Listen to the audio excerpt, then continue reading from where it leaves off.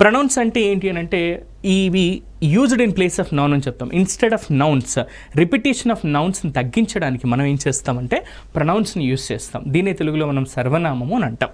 So pronoun అనేది ఒక పదం, ఇది నామవాచకానికి బదులుగా ఉపయోగించబడుతుంది.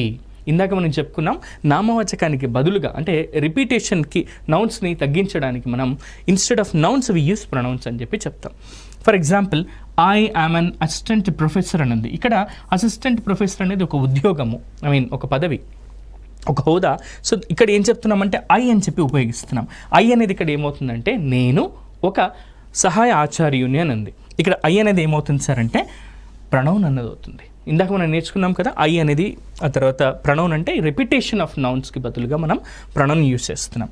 ఇట్ ఈజ్ మై జాల్, ఇది నా బొమ్మ అని అంటున్నాం, it. Next, she is my colleague, so తను నా సహోద్యోగి అంటే ఇక్కడ షీ అనేది ఏమవుతుంది అంటే ఆమె పేరు చెప్పకుండా పేర్లకు బదులుగా మనం వాడుతున్నాం. So next, he is my friend, he అనేది ఇక్కడ ఏమవుతుంది అంటే ప్రొనౌన్ అవుతుంది. ప్రొనౌన్ అనేది ఎప్పుడైనా సరే instead of nouns we use pronouns అనేది గుర్తుపెట్టుకోండి.